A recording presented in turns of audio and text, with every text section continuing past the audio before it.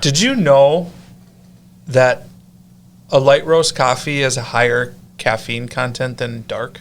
I did. That's why I get it. Yeah. I think it's a common misconception that somebody wants a good, strong, dark coffee because they're super tired. This is just something I learned in the last probably handful of years. And so I was really hoping I could break some news to you there.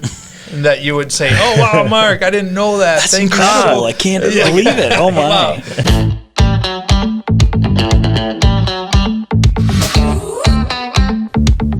This is the Buffalo Community Podcast, all about the greatest small town in the USA, the people in it, and how it all works together. Here are your hosts, Tyler Reese and Mark Benzer.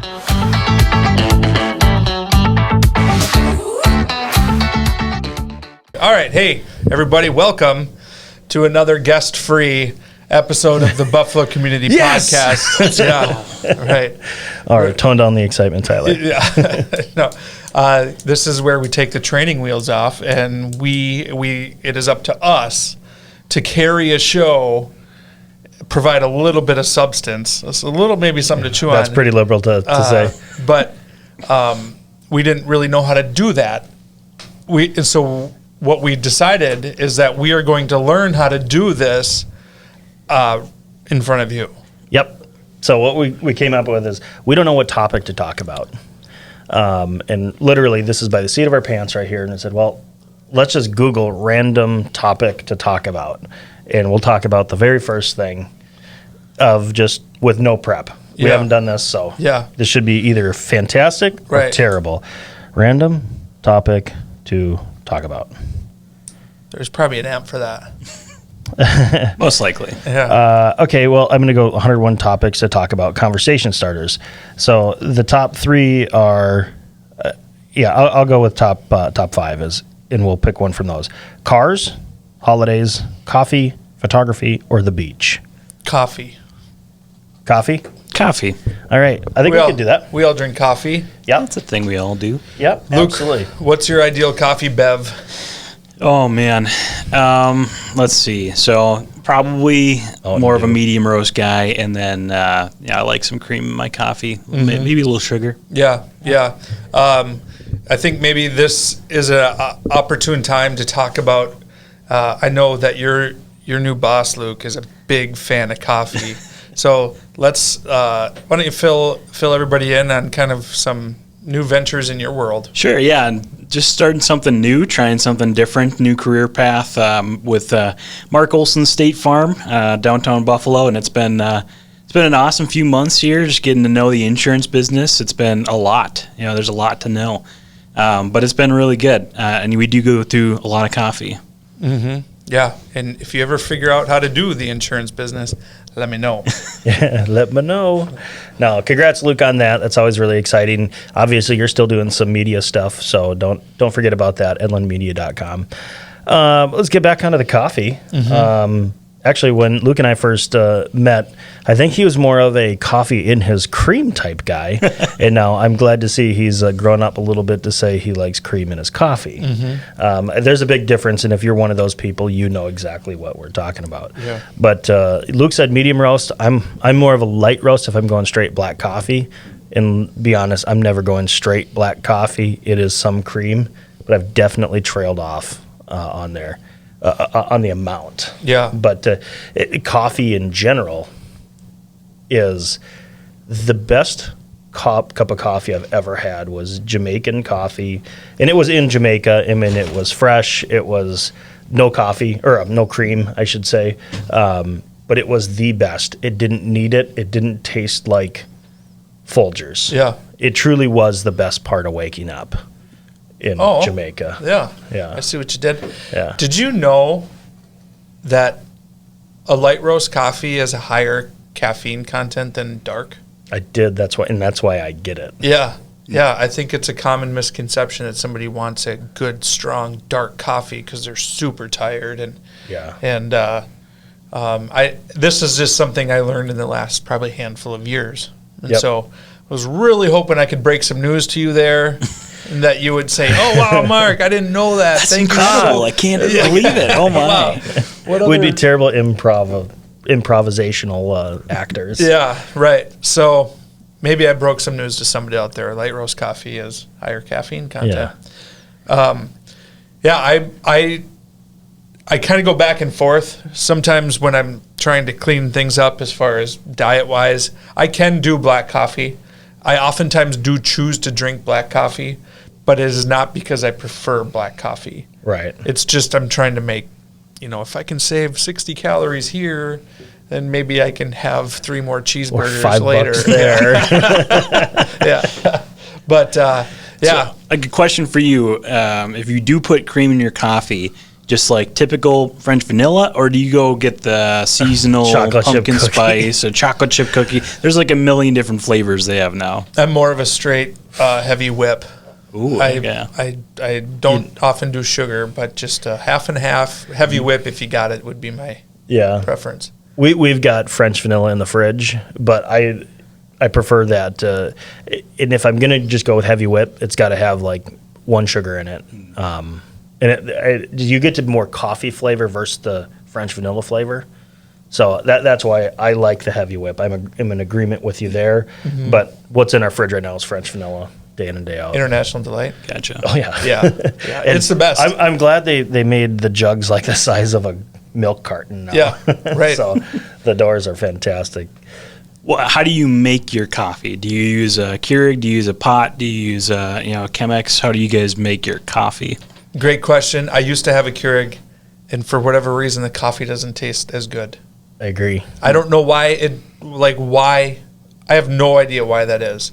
But my drip, isn't that what you'd call it? Like just a drip coffee? Yeah. That's pretty much all I drink. Mr. Coffee? Yeah. There is a big step up in quality with the French press. That is, I have a French press. I never use it, and it tastes way better. Yeah. It's one of those deals where it's like I don't know why I don't use it, but it's a hassle. I like to set the alarm on my coffee maker for 5:45. So when I wake up, it's ready. It's ready. It's the best. And I've just gotten into the habit, and I would consider it a habit right now to actually doing that before I go to bed. Yeah. And it makes mornings so much better. Yep. In my opinion. Can you smell it from your room? Yes. Yeah. Yep. So it's like, that's key. 5:45, and it's you usually wake up right before your alarm goes off anyway, but it's like, yeah, I can't lay here anymore. Yeah, it's fantastic. You, Mr. Luke? Yeah. So we got like 3 coffee drinkers at work, and so we just have a pot to get as much coffee as possible there. But like the old church ones that look like R2D2 would just yeah, that's right. Just add grounds to the top percolator, of it. right? I think that's just kind of eyeball it, see how much you get in there. But I think I've had some friends that in the past that are like in the creative community, and they're very artsy, and they make their coffee out of Chemexes or air pressed, and like all these different it looks like a lab, like a chemistry lab or something. They're making their good coffee though. It's very good coffee, but I mean, at what cost? Well, $11.99 plus tip. I've had that. Friends of ours, their friends opened up one, but they were the roaster of it, and it was like in this old warehouse in near the Quad Cities in Iowa. But they're having like a soft grand opening for friends and family. And we went down as like right along the Mississippi River. It was a great cup of coffee. But it took forever. When they say slow drip, they mean slow drip. I mean, it's just like, all right, and then you just see all of these happening, and I'm just like, this isn't worth it. Right. Okay, it's a cool experience when you're on vacation, but I'm on my way to work. And I wasn't then. But you got to be a little bit careful, too, about ruining your basic cup of coffee. Yeah. Like, if you know that that's just more work than I'm ever going to put into a cup of coffee, I might not even try it. Yeah. Because it's like now you've raised the bar too high. I can't compete with that. And now I drink my morning coffee at home sad. Because it doesn't taste as good. It is French press on vacation, though. Yeah, French press. All-time French press. So I'm like, obviously, I'm not like I don't live and breathe coffee, and so if you put do you check your breath lately? Good call. But if you put like a light, a dark, and a medium roast in front of me and have me try them all just straight black, I actually don't know if I could tell much of a difference, couldn't. honestly. I mean, I couldn't tell you which one was which. Right. Oh yeah, they would taste different. Sure, I wouldn't be able to tell you which one. Yeah. I bet you would if you had just dark and light. I bet you could. Sure, between But those two. but you throw a medium in there. Then all bets are off. Yeah, Yeah. that's a third choice. Who, top 3 places to get coffee?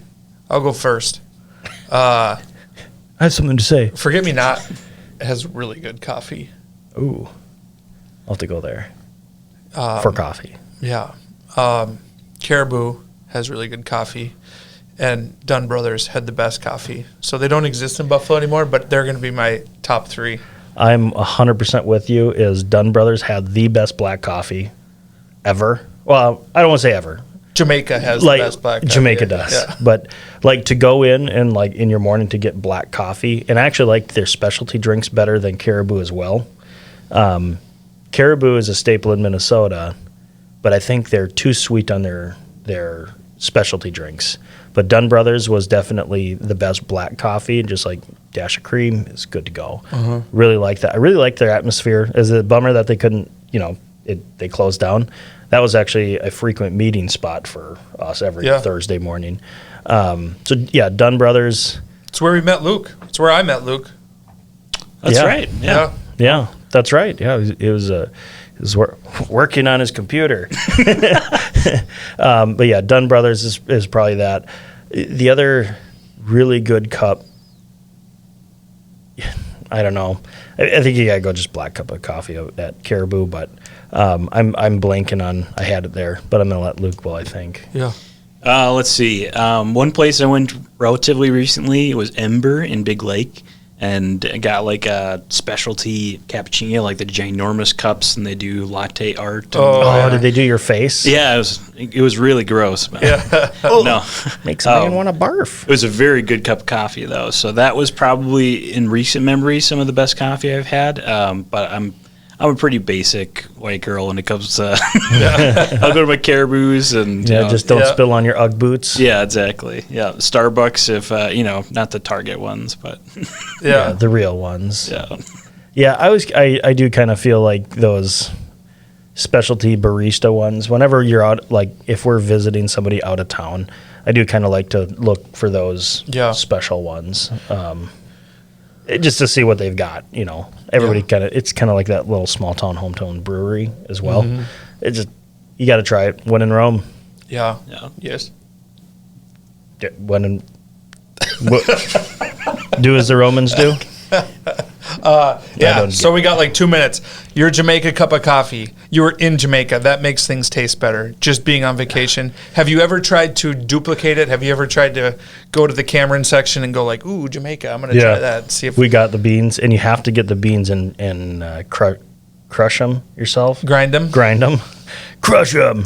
But yeah, it gets close, but it's not as good, obviously, when you're not on the beach. Yeah. But yeah, the Cameron has got a really good Jamaican bean that we crush. You crush them. Grind them. You run we grind them over them with your car a few times. Bring it inside. Yeah, but that was so. Yeah, it's still good, but it's not going to beat the atmosphere, and I'm aware of the atmospheric enjoyment of it. Yeah.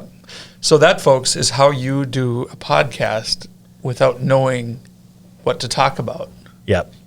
And we will definitely have more of these in the future, and we'll probably sound way worse. Yeah. For the Buffalo Community Podcast, I'm Mark Benzer. I'm Tyler Reese. I'm Luke Edlin. And the audience is now deaf.